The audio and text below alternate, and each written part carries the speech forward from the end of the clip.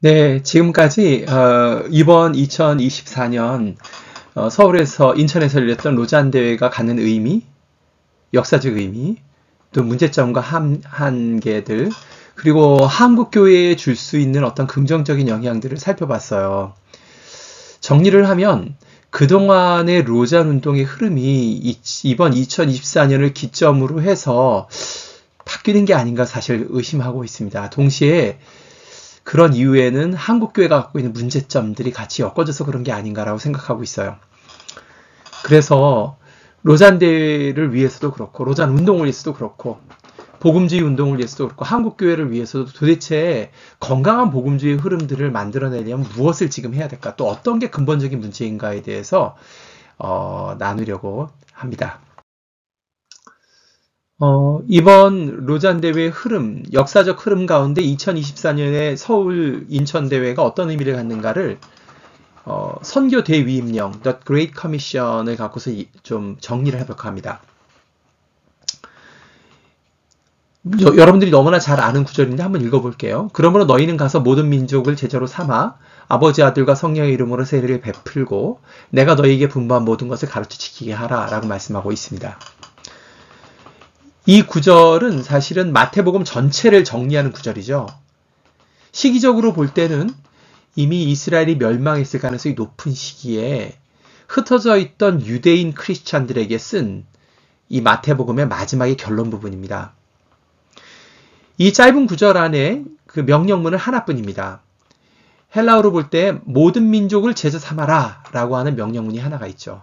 마세이추사테 제자 삼아라. 판타타 에스네이 모든 민족을 이 구절이 있습니다. 그리고 나머지 구절들은 너희는 가서 세례를 베풀고 지키게 하라. 이것들은 전부 제자 삼는 게 무엇을 의미하는지에 대한 설명을 하는 분사 구문들이에요. 근데 특별히 제가 이 성교 위임령에서 주목하고자 하는 부분은 뭐냐 하면은 너희는 가서 제자 삼는 부분에 있어서 제자 삼으라라고 하는 이 성교 위임령의 명령에 있어서 이 너희는 가서라고 하는 부분이 얼마나 중요한가를 생각해 보려고 하는 거죠. 특별히 어쩌면 이번 로잔 대회가 이 부분에 있어서 어떤 변화가 있는 게 아닌가라고 개인적으로 의심을 하게 됩니다. 마태복음을 처음 읽었던 유대인들의 경우에는 사실은 이미 열방 가운데 가 있었어요. 모든 민족들 가운데. 그 도시들 가운데 흩어져서 살고 있었거든요. 문제는 그들이 유대적인 관습에 매여서 회당을 중심으로 해서 모이고 그리고 이방인들의 삶 속에는 깊이 나가지 않았다라는 거죠. 그런데 지금 예수님이 하셨던 말씀을 기억나게 하는 거예요. 너희는 가라. 그 상황 속으로 깊이 들어가라. 라고 말씀을 하고 있는 거죠. 과거에 로잔 운동이 건강했던 이유는 처음 역사적 흐름에서 얘기했듯이 상황 속에 깊이 들어가려고 했던 그런 흐름들이 로잔을 건강하게 총체적 선교로 이끌었다고 생각합니다.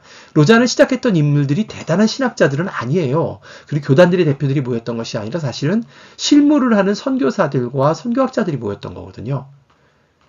그래서 1974년에 로잔 언약을 읽어봐도 사실 좀 허점들이 많이 있어요. 신학적으로는. 그러나 시간이 지나면서 2010년쯤 와서는 굉장히 그 탄탄한 내용이 되고 선교의 미래를 제시할 만한 내용들이었거든요. 근데 이번 서울 선언문에서는 그런 모습들이 안 보이게 된 거예요. 왜 그럴까요? 그 설명을 조금만 더 해보도록 하겠습니다. 9월 22일부터 28일까지 로잔 대회가 있었죠. 그리고 그 다음에 우리가 주목해야 될 흐름 중에 하나는 10월 27일 날 한국교회의 교회들이 한 100만 명이 200만을 목표로 했더니만 100만 명이 안 되는 걸로는 알고 있지만 어쨌든 굉장히 많은 숫자가 광화문에 주일날 그것도 모였었어요. 굉장히 많은 숫자가 모였죠. 근데 그 이유는 뭐였었냐 하면 악법 저지였어요. 근데 악법 어떤 악법이냐? 동성애법을 합법화하는 걸 동성애 결혼이나 또는 차별금지법을 만드는 것을 반대한다는 거예요. 근데 이상한 것은 차별금지법이 법안으로 상정되지 않은 지가 오래됐어요. 그러니까 좀 이상한 일이긴 했죠. 근데 이 일로 대규모로 모인 거예요. 그러다 보니까 사실 사회적으로 거의 주목받지 못했어요. 기독교인들 왜 저럴까라는 소리 정도만 들은 거죠.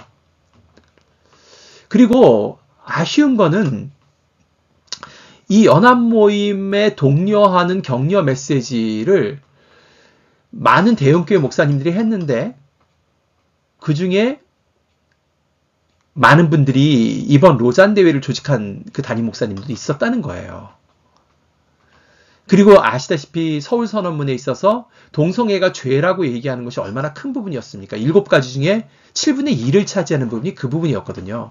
그러면서 이제 10월 27일 날 이어지니까 자연스럽게 생각하는 건 그때 로잔 대회에서 그 얘기를 했는데 동성애자들을 반대하네? 라고 하는 흐름으로 이어지게 된 거죠.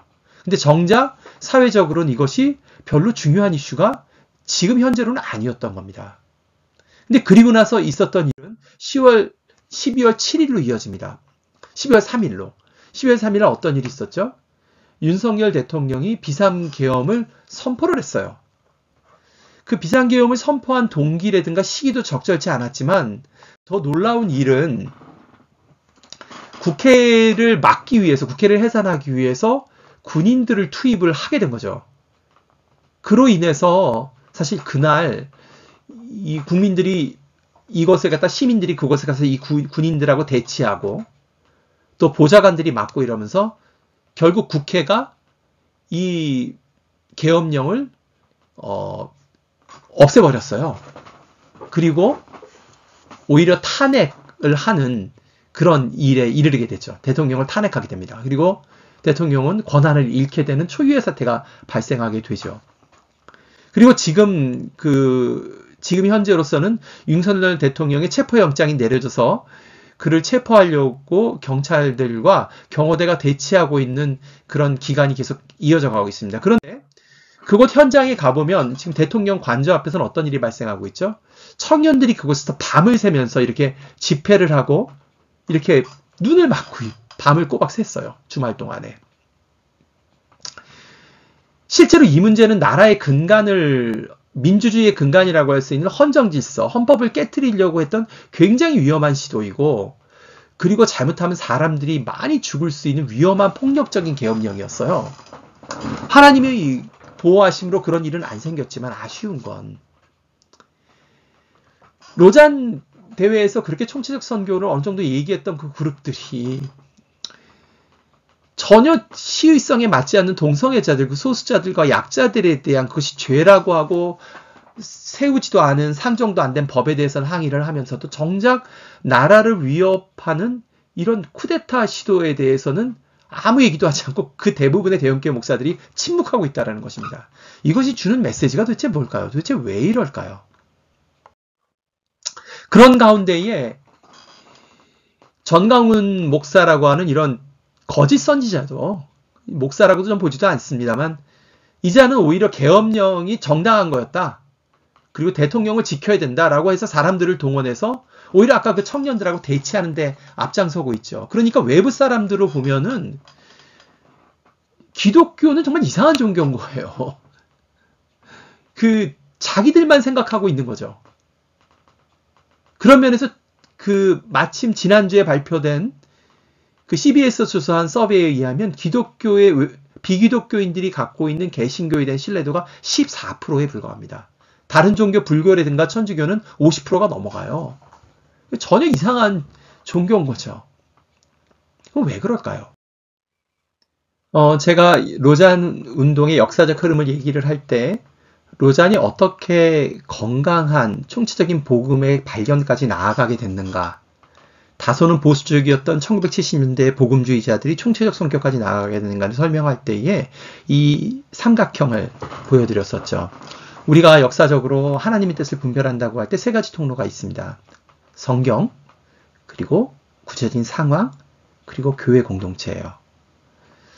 근데 지금 이런 일련의 한국교회가 맞이한, 로잔 대회 이후에 맞이한 모습이 한국교회의 어떤 모습을 보여주는데, 어떤 모습을 보여주냐 하면 상황에 대한 해석 능력이 떨어지는 거예요.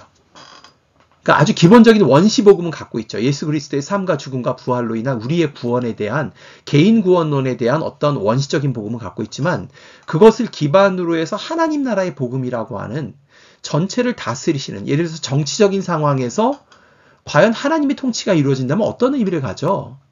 그리고 민주주의는 도대체 복음적으로 볼 때 어떤 것이지? 라고 하는 해석이 약한 거예요. 그러니까 그 상황에서 그런 복음을 들어본 적도 없고 본인 스스로도. 그러니까 복음을 삶으로 살아낼 수도 없는 거죠. 그러니까 그 복음은 증거할 수가 없는 겁니다. 지금 무슨 얘기냐 하면 아까도 말씀드린 대로 마태복음 28장에 나온 너희가는 가서라고 얘기하죠. 이미 그 가 있는 유대인들이 로마의 도시에 가 있는 유대인들이 그 상황에 가지 않는 거예요. 한국교회가 그런 모습이었죠. 뭐냐 하면은 일제시대 때 들어왔던 선교사들의 복음은 선교적 상황, 그 식민지 상황 속에서 깊이 들어간 복음이었어요. 그러나 어떤 이유에서인지 지금 현대의 한국교회의 모습은 사람들의 삶 속에 들어가는 것이 아니라 자기들끼리 뭉쳐있는 상황인 거죠. 그래서 실제 삶이 이루어지고 사회의 문제가 되는 곳에서 성경이 어떤 말씀을 하는가를 설교를 해본 적도 없고 해석도 해본 적도 없는 거죠. 마찬가지로 이번에 서울 선언문에서 나타났던 그 선언문은 원래 로잔이 그러지는 않았는데 다분히 내부지향적이에요. 우리가 누군가에 대해서 얘기를 하지만 세계에 관해서 얘기할 때는 얘기할 수 있는 게 평화 문제, 기술 문제, 동성애 문제 외에 더 이상은 얘기하지 못하는 거예요. 동성애 얘기도 정말 그들에게 가서 복음을 증거하고 그들의 변화를 위해서 애쓰겠다고 하는, 그들을 사랑하겠다고 하는 선교적 입장이라기보다는 읽어보면 우리 자신을 지키겠다고 하는 굉장히 내부지향적인 모습을 보여주죠. 그 가운데에 복음의 풍성함을 해석해내지 못하는 그런 모습이 아니었나라고 생각을 하게 됩니다.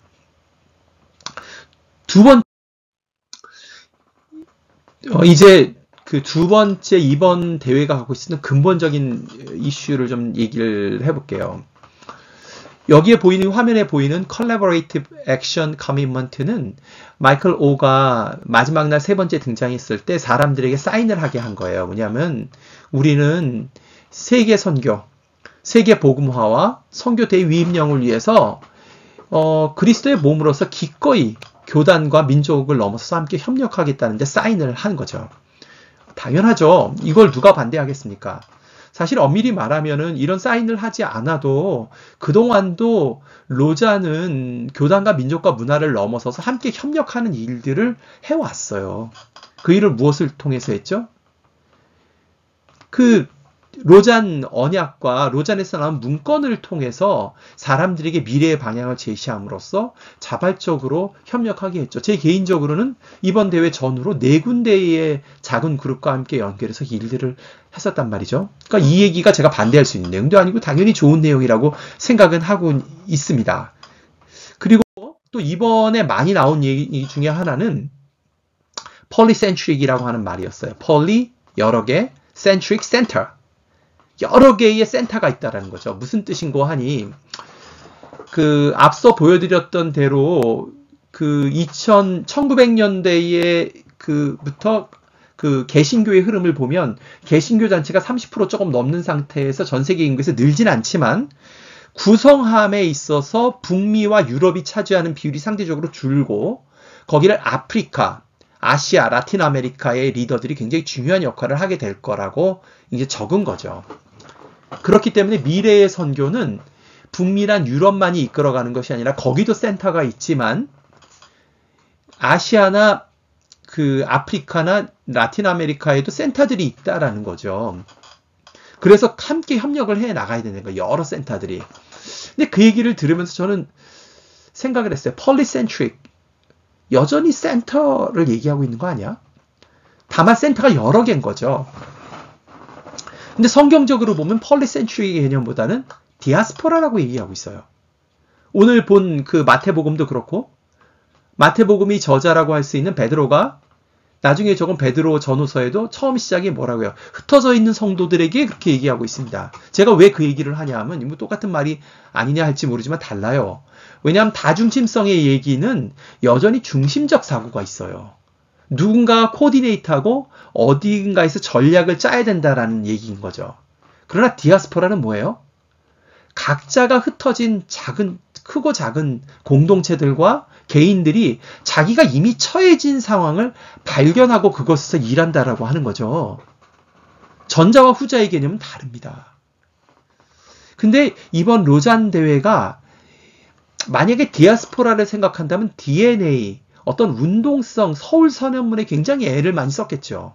근데 사실은 이번에 서울선언문을 말씀드리는 발표도 안 했고 그 내용 대단히 빈약했습니다. 반면에 전체를 연결해서 만나게 하고 커밋먼트를 쓰게 하고 플랫폼하고 연결하려고 하는 로잔 중앙본부의 역할은 전혀 없이 커지게 하려고 했던 의도들이 보였던 거죠. 저는 그것이 과연 바람직하냐는 의심을 갖게 된 것입니다. 심지어는 마지막 날 마이클 오가 이런 얘기를 했어요. 사실은 저는 그건 적절치 않았다고 생각하는데 그런 얘기를 했어요. 발표를 하면서 이런 일에 있어서 두 종류의 사람이 있다라고 얘기했어요. 하나는 파리 같은 사람들이 있고 하나는 벌 같은 사람이 있다라는 거예요. 그래서 벌은 꽃에서 아름다운 것을, 자연에서 아름다운 것을 보려고 그 향기를 찾아가지만 벌들은 파리들은 더러운 것을 쫓아간다는 거죠. 그 얘기는 뭐냐 하면은 파리 같은 사람들이 되지 말고 벌처럼 자기를 잘 도와달라는 얘기예요. 저는 그 얘기는 참 적절치 않았다고 생각해요. 왜 그런 얘기까지 나왔는지 저는 잘 모르겠지만 그것 때문에 이제 카즈사 오카야라는 그 일본 젊은 리더가 이런 글까지 썼어요. 실제로 중요하다는 거죠. 파리들이 생태계에 있어서. 그 얘기는 뭐냐 하면 제가 그걸 읽으면서 마이클 오나 로잔 가운데의 중심성, 자기들이 중앙에 있어야 된다는 생각이 제도화되려는 성향이 강한 게 아닌가라는 생각이 되는 거죠. 그러나 우리가 초대교회를 보면 말씀드린 대로 다중심성이라기보다는 디아스포라의 성격이 오히려 더 강하다고 볼 수 있습니다. 자, 여러분 이 도표 기억나세요? 우리가 전통적으로는 미전도 종족에 굉장히 포커스가 맞춰져 있었어요. 그러나 로잔이 그동안 발달되어 온 것은 하나님 나라 복음으로 점점 보게 된 거죠. 처음 시작은 미전도 종족에 굉장히 포커스가 있었어요. 랄프 윈터의 영향이 컸죠. 그러나 시간이 지나면서 하나님 나라의 복음이 필요한 곳은 미전도 종족에게만 있는 것이 아니라 경제라는 영역에서도 필요하고 자연에서도 필요하고 정신질환에서도 필요하고 뭐 여러 군데에서 필요하다는 걸 알게 된 거죠. 교육에서도 필요하고 가정에서도 필요하다는 걸 알게 됐겠죠. 그럼 이런 다양한 분야와 종족들 가운데서 누가 복음을 증거할 수 있을까요? 전통적인 선교사들이 더욱더 많이 나가야 됩니까? 아닙니다. 이 모든 분야들을 선교사들이나 목사들이 할 수는 없어요. 이 도표 밑에다가 X축을 하나 그려봅시다. 거기에 모든 사람들을 배열해 보자고요. 그러면 어떤 사람은 미전도 종족에게 부르심이 있을 수 있어요. 그러나 어떤 사람들은 자연과 생태 문제에 관심이 있을 수 있죠. 어떤 사람은 경제계로 나갑니다. 어떤 사람은 교육으로 가요. 어떤 사람은 아트나 엔터테인먼트로 가요. 또 어떤 사람은 정치가도 필요합니다. 어떤 사람들은 일터에서 일을 할 필요가 있죠. 이럴 경우에 흩어져 있는 모든 사람들 가운데 있는 하나님의 선교를 주목할 수가 있어요. 즉 뭐냐면 모든 성도들이 사도들이며 모든 성도들이 세상으로 보냄받은 선교사였고 사실 엄밀히 생각해보면 초대교회가 그런 모습으로 복음을 증거했다는 것입니다. 어떤 면에서 이런 총체적 선교를 얘기할 때 그것은 초대교회의 선교로 돌아가자는 얘기라고도 할 수 있습니다. 그러면 로잔 운동의 경우에 기억해야 될 것은 이 초대교회의 선교인데요. 초대교회가 스스로 조직을 만들었냐는 거예요. 1세기부터 3세기까지. 그럴 수 있는 상황이 아니었죠. 또 그렇지도 않았어요. 그런 가운데에 공동체가, 교회 전체가 어떻게 함께 협업을 했나요? 그것은 놀랍게도 각자의 상황에서 자신들이 복음을 살기 위해서 공동체들을 다양하게 조직을 했거든요. 즉, 너희는 가서라고 하는 상황이 교회 공동체를 만들어냈던 것이거든요. 근데 이번 로잔에서 말하고 있는 전체적인 굉장히 돈을 많이 쓰고 무리한 회비를 받아가면서까지 그 디지털 플랫폼을 만들고 디지털 컨텐츠를 만들려고 한 거잖아요. 좋아요. 디지털 컨텐츠 더 많이 필요합니다. 그런 거 만드는 건 좋지만 그런 노력이 중앙에서 플랫폼을 만들거나 아니면 폴리센트릭 여러 군데의 조직을 나눠서 한다고 해서 그 다양한 공동체가 만들어지진 않거든요. 초대교회가 시도했던 것은 폴리센트릭이 아니라 디아스포라의 발견이었습니다. 자기들이 흩어져 있는 상황에서 스스로 발견해내는 그것이 공동체를 만들어냈던 것입니다. 제가 이번에 로잔에 대해서 염려하는 것은 로잔이 50년이 되면서 스스로 조직을 강화하고 제도화하는 성격으로 가면서 운동의 DNA가 돼야 되는 신학적인 성찰은 약해지고 반대로 재정과 조직을 만드는데 지나치게 애를 쓴 것이 아닌가라고 생각합니다. 로잔이 계속 운동을 남기 위해서는 이런 조직화보다는 사실은 선교적인 성찰을 그전처럼 해야 되는 것이 아닌가라고 개인적으로는 생각을 합니다. 이번 로잔 대회에서 특별히 한국교회의 영향이 적지 않았다라고 저는 개인적으로 생각을 해요. 한번 한국교회를 생각을 해봅시다.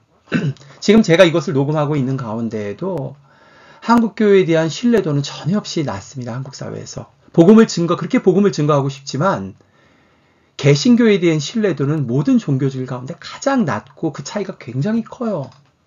그런 가운데 코비드가 지나면서 한국교회 중소교회가 굉장히 어려워지고 있죠. 또 대형교회도 장기적으로는 힘을 잃게 될 가능성이 대단히 높아요.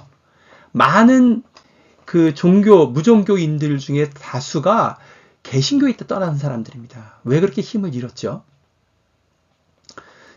저는 그것을 개신교가 상황을 잃었기 때문이라고 생각합니다. 처음부터 개신교회가 그러지 않았죠. 일제 식민지라고 하는 상황 가운데 들어와서는 비록 그 선교사들이 대부분 북미에서 온 선교사들이고 신학적으로는 세대주의자들이 많았지만 그럼에도 불구하고 들어와서는 사람들을 사랑함으로 가난하고 어려운 사람들과 함께 했어요. 전라도 지방에 왔던 서서평이라고 하는 선교사는 사실은 이 어려운 조선 사람들하고 같이 살다가 굶어서 죽은 셈입니다. 사실 그런 힘이, 그 상황 속에 들어가는 힘이 사실은 한국교회에게 숫자는 적었지만 힘을 줬었거든요. 또한 60년대, 70년대에도 한 80년대 초반까지만 해도 개신교가 한국의 민주화에 끼쳤던 영향들은 적지 않았어요. 그러나 어느 순간부터 개신교회는 중산층을 선택했고 대학생들을 선택했습니다. 그 가운데 그들이 원하는 어떤 교회의 성장은 이뤘을지 모르지만 예수님께서 가셨던 갈릴리의 상황들은 잃어버렸던 것입니다. 그래서 그 상황이 갖고 있는 다양성들, 자발성들, 다양성들을 잃어버리고 많은 성도들의 대부분의 시간과 돈은 교회를 성장시키는 데 쓰이게 된 거죠. 그러면서 성경을 해석하는 힘도 약해지고 그리고 여러 다양한 공동체를 만들어내는 힘도 약해졌죠. 그래서 한국교회는 대형교회든지 아니면 대형교회를 흉내내는 굉장히 그 공동체에 있어서 다양성을 잃어버리고 비슷한 모습의 교회들만 남게 된 거예요. 그 가운데 한국교회가 힘을 잃었죠. 저는 어쩌면 로잔이 이런 전철을 밟고 있나? 한국에 들어와서 2010년까지 갖고 있었던 그런 건강성들을 잃어버리고 오히려 그 대형교회의 영향을 받고 있나? 라고 하는 의심을 떨치기가 힘듭니다. 이번 로잔 대회는 그 어느 때보다도 복음에 대한 강조점이 컸습니다. 이번 서울 선언문을 읽어보면요. 1번과 2번이 각각 복음과 성경에 관한 내용들입니다. 그것은 굉장히 좋죠. 그리고 이 복음에 대해서 내러티브 형식으로 스토리텔링으로 아주 잘 정리했어요. 마음을 뜨겁게 하고 굉장히 좋은 얘기였습니다. 그리고 그 끝에 가서 그 복음에 대한 설명 제일 끝에 가서는 지역교회에서 이런 복음을 나누고 공부해야 된다는 얘기로 끝이 돼요. 그런데 그럼 복음에 대해서 얘기를 좀 해봅시다. 지금까지 제가 상황의 중요성에 대해서 얘기를 했는데요. 저는 우리가 복음을 증거하기 위해서는 다양한 상황과 관계에서 거기에 필요한 메시지를 전해야 된다고 생각을 합니다. 우리가 무슬림권에 가서 하나님의 아들 얘기를 하면 무슬림 사람들이 이해하지 못해요. 마찬가지로 우리가 직장 생활을 하면서 복음을 증거하고 싶다면 다짜고짜 예수 그리스도만을 전할 수가 없죠. 그보다는 직장에서 성실함, 그리고 내가 왜 정직하게 행동하는가들, 그것을 살아내고 그 얘기를 하면서 예수님께 나아갈 수가 있거든요. 즉 뭐냐 하면 복음의 증거가 있기 위해서는 다양한 상황과 관계에서의 복음의 해석들이 필요하다는 거예요.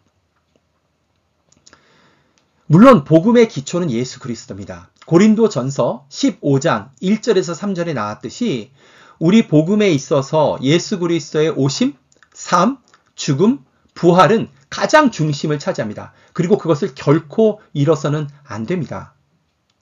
그러나 그 복음의 핵심이 되는 예수 그리스도께 나아가기 위해서는 그 외에 하나님 나라의 복음, 그 풍성한 다양한 상황 속에서 나타나는 복음들을 설명해주고 우리가 알아야 돼요.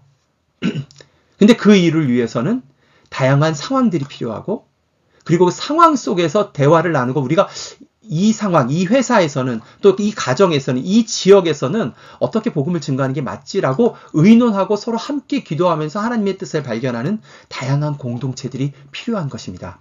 즉 뭐냐 하면, 우리가 복음주의자로서 복음을 전달하기를 원한다면 그 복음을 풍성한 예수 그리스도의 기초를 두고 있지만 복음의 적절한 증거를 위한 풍성함을 발견하기 위해서 다양한 상황 속으로 들어가야만 합니다. 자, 이제 제가 굉장히 긴 시간을 요번에 얘기들을 쭉 나눴는데요. 좀 정리를 좀 해볼게요. 처음 로잔의 역사적 흐름에 대해서 얘기하면서도 로잔이 처음에 시작할 때까지만 해도 신학적으로 아주 탄탄했다고 보기는 어려웠어요. 사실은 다소는 근본주의성이 강했던 미국 복음주의자들에 의해서 시작됐던 거죠. 그런데 시간이 지나면서 건강해졌던 이유가 있습니다. 그것은 상황이었습니다. 특별히 1974년과 1989년까지 넘어가는 가운데는 남미 신학자들, 그들의 가난과 그리고 자본주의와 공산주의의 이데올로기의 폐해로 인한 그런 상황에서 나온 르네파티아나 사무엘 레서코바 같은 사람들의 말, 그리고 그것을 전달했던 존 스타트의 역할이 굉장히 컸죠. 즉 뭐냐 하면 먼 곳 거대 담론, 마치 복음은 이미 정해져 있고 그냥 그것을 가지고 멀리 선교사로 나가기만 하면 돼. 그것이 아니라, 물론 그것도 필요하지만 지금 내 땅에서 일어나는 일들, 그리고 그 가운데서 각 개인들이 그것을 살아내면서 깨닫게 된 것, 제도적으로 정해준 것이 아니라요. 그런 회신들, 그 가운데 복음이 이런 것이구나. 그리고 내가 이것을 살아내야 되겠구나 하는 그 상황이 중요합니다. 그리고 그 상황 속에 있는 수많은 작은 교회들, 그리고 작은 공동체들, 꼭 지역교회, 제도적 교회가 아닐 수도 있어요. 정해지지 않은 교회일 수 있어요. 그런 폴리센트릭 센터가 아니라 자발적으로 생겨난, 그리고 그 안에서 그 싸움을 해내고 있는, 복음의 싸움을 하고 있는 디아스포라의 발견. 그리고 그것들은 때로는 중앙에서 볼 때, 교리적으로 볼 때는 저거 자유주의 아니야? 저거 좀 혼합주의 아니야? 하고 섞여 있을 수도 있어요. 당연히 초대교회가 그랬습니다. 근데 그것을 흑백 진영으로 나누는 것이 아니라 신학적으로 넓게 포용하고, 그러나 옳은 것은 얘기해야 되겠죠? 그런 다양성들을 존중하는 교회들이 함께 모여서 얘기를 하면서 어떤 일들이 발생하죠?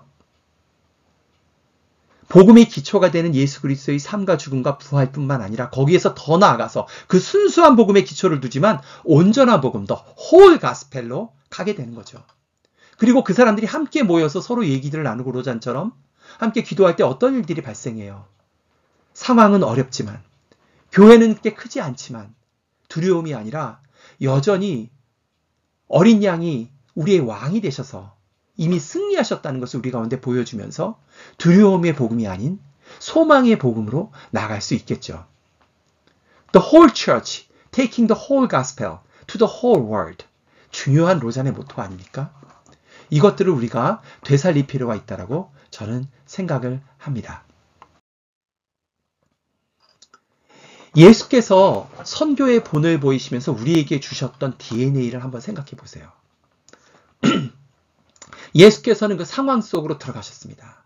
갈릴리라고 하는 특정한 상황 속으로 들어가셨어요. 그리고 자기의 바운더리를 아셨어요. 나는 이스라엘의 잃어버린 양들에게 왔다라고 하는 그 상황 속에서의 선교를, 그 유대인들에게 필요한 선교를 발견하죠. 바울 역시도 그러합니다. 바울이 자랐던 소아시아 지역으로 바울이 돌아가게 됩니다. 그리고 그 안에서 헬라인들에게 필요한 복음을 발견하죠. 그리고 그곳에서의 선교를 합니다. 그리고 예수 그리스도께서 어떻게 하시죠? 갈릴리에 있는 그 무지랭이 같은 청년들, 그리고 버림받은 여성들과 함께 작은 공동체, 그 관계들을 만들어냅니다. 바울도 마찬가지죠. 디모데나 바나바나 실라나 누가나 이런 사람과 함께 선교 공동체를 이루고 또 안디옥에서 공동체를 이루며 자기가 나눴던 복음들을 나누죠. 그리고 그것들을 어떻게 해요? 전체에게 나누면서 그 복음을 이해하고 그 특정 상황의 복음을 이해하고 그리고 풍성해진 복음을 이해하고 살아냄으로써 복음을 증거했죠. 예수 그리스도께서 십자가에 달려서 죽으시고 부활하시면서 남겨진 것은 사실은 그 상황 속에서 복음을 이해하고 살아내고 증거하려고 하는 작은 공동체만을 남기셨습니다. 성경을 쓰시지도 않으셨고요. 교리서를 적지도 않았습니다. 제도를 만들지도 않았어요. 그러나 그것으로 충분했습니다. 성령이 함께하는 상황 속에 들어가서 특별히 어렵고 가난하고 핍박받고 복음의 빛이 적은 상황 속에 들어가서 그것을 살려고 하는 작은 관계들. 그것을 통해서 예수 그리스도는 당신 하나님의 선교에 참여하셨고 지금도 이것은 계속 되어야만 합니다. 예수 그리스도께서 그의 공생애를 시작하실 때에 가버나움에 있는 회당에 들어가셔서 이사야 61장을 읽으셨습니다. 이사야 61장은 예수님이 오심으로 시작된 메시아의 도래로 인한 희년의 선포를 말씀하시죠. 예수 그리스도께서 기름 부으심이 임하셔서 61장에 주의 종에게 기름 부으셔서 종에게 기름 부으셔서 가난한 자에게 복음을 전하게 하시는 희년을 해방의 해를 기쁨의 해를 선포하게 하시겠다고 1, 2절에 말하고 있습니다. 그런데 3절에 들어가면 이런 대목이 나오죠. 무릇 시온에서 슬퍼하는 자들에게 화관을 주어 그 죄를 대신하며 희락의 기름으로 그 슬픔을 대신하며 찬송의 옷으로 그 근심을 대신하시고 그들로 의의 나무 곧 여호와의 심으신 바 그 영광을 나타낼 자라 일컬음을 얻게 하려 하심이니라. 어떤 얘기를 하고 있나요? 이제 메시아가 오심으로 인해서 등장한 그의 후손들이 등장합니다. 시온에서 슬퍼하던 자들 우리들이죠. 화관을 주었고 죄를 뒤집어 써야 되는데 희락의 기름으로 입히셨죠. 그리고 슬픔 대신 찬송의 옷을 입히셨죠. 근심 대신에 입히셨죠. 그리고 우리를 뭐라고 부른다고요? 의의 나무. 여호와의 영광을 드러낼 의의 나무요 숲이라고 말씀하고 계십니다.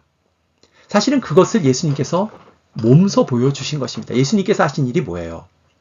작은 숲들, 나무들이 모인 여러 생명체가 있는 작은 공동체를 만드신 거죠. 마치 숲과 같이요. 이 가운데에 있는 파란, 녹색 숲입니다. 그런데 그 숲의 경계선은 희미합니다. 이게 숲의 특징이죠. 그리고 그 숲은 퍼져나갑니다. 그래서 중앙으로 통일하지 않아요. 다양한 상황 속에 흩어져서 다양한 숲을 만들어내고 푸른 빛으로 열매를 드러내므로 수많은 짐승들이 살 수 있도록 생명을 드러냅니다. 여호와의 영광을 드러냅니다. 저는 이것이 과거 로잔이 했던 역할이라고 생각을 해요. 조직처럼 거대하진 않았지만 그 안에서 바른 각 상황에서 흩어져서 선교적 실천을 하고 그 얘기들을 모음으로써 바른 DNA들을 나눴죠. 과거의 한국교회가 이런 모습이었어요. 대형교회는 없었지만 실제 상황 속에 들어가서 그 어려운 상황 속에서 가난한 사고 어려운 사람들을 섬기고 사랑하고 작은 공동체들을 만들어냈죠. 그리고 중앙으로 그것을 모지 않았었어요. 근데 그걸로도 충분했습니다. 왜? 전체를 연결하시는 분은 성령님이시기 때문입니다. 이번 마지막 강의에서 제가 처음 읽었던 부분은 선교대 위임령 마태복음 28장의 말씀이었어요. 이 말씀을 읽고 마치겠습니다. 예수께서는 승천하시면서 우리에게 명령하셨습니다. 모든 민족으로 제자 삼아라. 마세이추사테 판타타 에스네. 그리고 그 앞뒤로 뭐라고 말씀하셨죠? 부활하신 내가 세상 끝날까지 너희와 함께 있으리라 약속하셨습니다. 그러면서 우리에게 제자 삼으라고 말씀하셨죠. 명령하셨죠. 위대한 선교를 우리에게 위임하셨습니다. 그 일이 어떻게 이루어집니까? 첫째, 우리가 있는 상황들, 그 상황 속으로 더욱더 깊이 들어가야 됩니다. 교회 안에 숨는 것이 아니라 우리가 살고 있는 또는 선교사로 가서도 마찬가지입니다. 그 사회의 상황 속, 특별히 어렵고 가난하고 복음의 빛이 없는 사람들 그 상황 속으로 깊이 들어가야 합니다. 그리고 그 안에서 무엇을 만들죠? 작은 교회 공동체들을, 작은 관계들을 만들어가기 시작합니다. 제도적인 모습이 아닐 수도 있어요. 아버지와 아들과 성령의 이름으로 베풀므로 전혀 다른 예수 그리스도의 삶을 따라고 살고자 하는 레디컬한 그런 관계성들을 만들어냅니다. 그리고 그들이 함께 어떤 일들을 하죠? 그 안에서 그 상황에 맞는 복음의 해석들을 만들어냅니다. 그 뿌리는 예수 그리스도의 삶과 죽음과 부활이지만 그것보다 더욱더 풍성한 복음, 그 상황에 맞는 복음을 갖고서 그것을 살아내고 지키고 실천하고 증거하고 제자를 삼습니다. 이 놀라운 명령, 우리에게 주신 특권은 지금도 유효합니다. 저는 한국교회와 로잔운동이 이 상황의 중요성을 다시 깨달음으로써 우리에게 맡겨주신 명령을 수행하는 교회가 되기를 소망합니다. 감사합니다.